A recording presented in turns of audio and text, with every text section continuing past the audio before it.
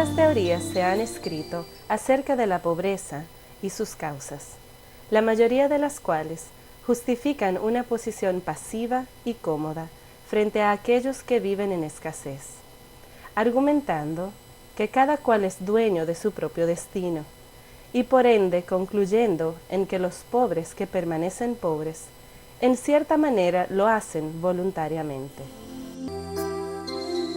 Este es el testimonio de Isabel, alguien que con mucha dignidad luchó a través de su vida para salir de la penosa condición de vulnerabilidad y pobreza en la que por años vivió, junto a sus hijos, atravesando dificultades inimaginables para muchos de nosotros. Yo construí una casita con lo que yo ganaba con mi negocito y mi esposo la vendió.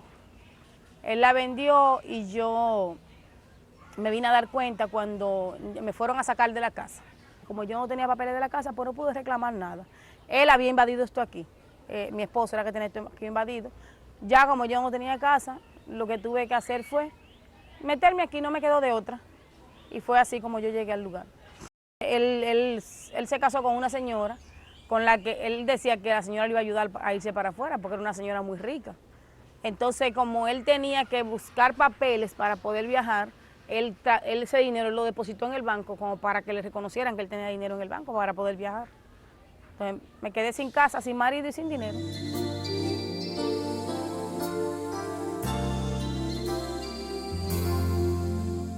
Tres meses después de haber vivido aquí, la policía se presentó aquí diciéndome que yo tenía que salir del lugar porque yo estaba en área verde, pero era que habían personas que no me querían aquí, entonces se habían movido en contra mía y nada, como yo no tenía para dónde irme, me tumbaron la casa.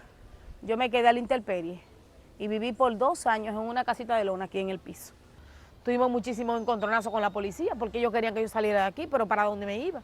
Esa cloaca se tapó, ese fue el momento más difícil que yo pasé aquí. La cloaca se tapó y se desbordó. Y esa cloaca cruzaba por debajo de mi cama. Porque ella se metía, cuando ese árbol no estaba ahí, ella se metía por ahí así. La cama estaba pegada allá y ella se metía. Y así duré yo casi 2 años. Hubo un momento en que nosotros tuvimos que separarnos, porque ya cuando me tumbaron la casa, que estábamos en la casita de lona, una noche llegamos y la casita la encontramos derrumbada. Entonces ya no sabíamos qué hacer, lo que hice fue que nos dividimos y yo me quedé aquí sola. Fue ahí cuando yo comencé a estudiar la Biblia a fondo, porque al quedarme sola, no tengo ninguna responsabilidad de hijo ni de nadie, el Señor quería que yo estudiara la Biblia, que yo profundizara en la palabra de Dios, porque de ahí fue que a mí se me despertó el interés. Yo abría los libros encima de la cama y ahí me la pasaba estudiando. La cama y era mesa. Pero a pesar de las adversidades, Isabel mantuvo sus ojos puestos en Dios, pues confiaba en que Él era poderoso para darle juntamente con la prueba también la salida para poder soportarla. Otro de los momentos difíciles que yo pasé aquí fue eso. En la casita de lona que yo estaba, una madrugada, como a las 2 de la mañana, se desprendió un señor aguacero. Y comenzó llueve. Entonces la lona comenzó a coger agua. Yo estaba acostada, con nosotros teníamos 2 camas de ese ancho, las dos. Entonces eran 2 camas y ahí dormíamos los 4, los 2 varones en un lado y las 2 hembras en un lado. Entonces comenzó a llover. Y yo acostada en la cajita, porque la cajita de lona era como de ese alto, yo comencé con un palito a apoyarla así. Y yo decía, ay Señor, por favor, no permita que la lona se caiga. Y yo le hacía así, la vaciaba cada rato, pero el aguacero era tan fuerte que yo era así, y como quiera el agua, y yo le decía, ay Señor, por favor, no lo permita, y yo orando, pero ¿qué va? En una ya como que los brazos se me cansaron y la lona se llenó y ¡puf! Se rompió encima de nosotros. Y yo me quedé mirando el árbol así. Y mira, fue algo que yo sentí que no eran mis pensamientos. De verdad yo sentí que era alguien extraño que me decía, pero ahórcate. Y yo dije, no, ¿y por qué? Entonces, cuando yo sentí esa voz, yo miré así y me acordé del Salmo 121 que dice, alzaré mis ojos a los montes, de donde vendrá mi socorro, ¿ves? Y precisamente estoy en un monte. Entonces, mi hijo comenzó a llorar, Franklin. Yo tenía 4 sillas de estas, pero blancas, y yo me senté en una silla y yo Hay un corito que lo cantábamos en la otra iglesia que yo estaba, que dice, tú estás vencido, Satanás, tú estás vencido, y tú no puedes luchar conmigo, porque yo he visto, porque yo he visto, porque yo he visto la gloria del Dios vivo. Y yo comencé a cantarlo.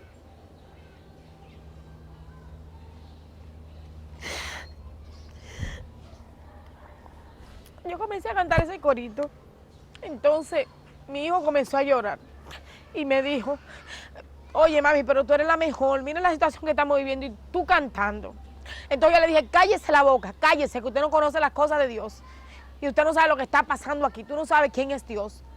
Y esto lo está permitiendo Dios. Así que cállate y acuéstate ahí mismo ahora. Y él se cayó. Pero a mí me partió el alma porque la situación que estábamos viviendo, entonces yo tenía que hablarle así. Me dolió mucho porque en ese entonces lo que tenía era 14 años.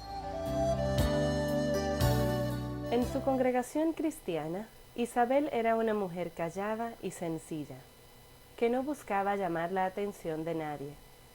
Muchos la veían como una hermana más, hasta que llegó el día en que alguien le ofreció llevarla a su casa, y se sorprendió al comprobar que una persona de su propia iglesia estuviera viviendo en una casucha, en tan pobres condiciones, y que en la congregación nadie estuviera al tanto. Así fue como empezó el interés de los hermanos por ayudarla.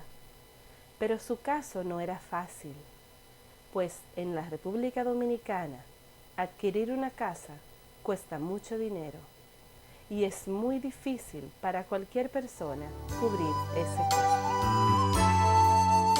Pasaron casi 4 años antes de que Hábitat para la Humanidad empezara su primer proyecto en la ciudad de Santo Domingo. Al abrirse esa puerta, los hermanos de su congregación sintieron el llamado de Dios a colaborar para que Isabel lograra obtener lo que por tantos años le había pedido a Dios: un hogar digno y seguro. Entonces, se pusieron de acuerdo para aportar, cada uno según su capacidad, con el propósito de cubrir el costo de la casa, cumpliendo así lo que dice la palabra de Dios en 2 de Corintios 8, que la abundancia de unos pueda suplir la necesidad de otros. Yo le exhorto a cualquier iglesia o a cualquier cristiano que se une en esta ayuda, porque esto es un movimiento que es el Señor que lo está haciendo y debemos ser flexibles a la voz del Espíritu y ser flexibles al llamado de Dios. Es un llamado de Dios que tenemos a ayudarnos los unos con los otros. ¿De qué sirve, hermanos míos, si alguno dice que tiene fe, pero no tiene obras? ¿Acaso puede esa fe salvar? Si un hermano o una hermana no tienen ropa y carecen del sustento diario, y uno de vosotros les dice: id en paz, calentaos y saciaos, pero no les dais lo necesario para su cuerpo, ¿de qué sirve? Así también la fe, por sí misma, si no tiene obras, está muerta.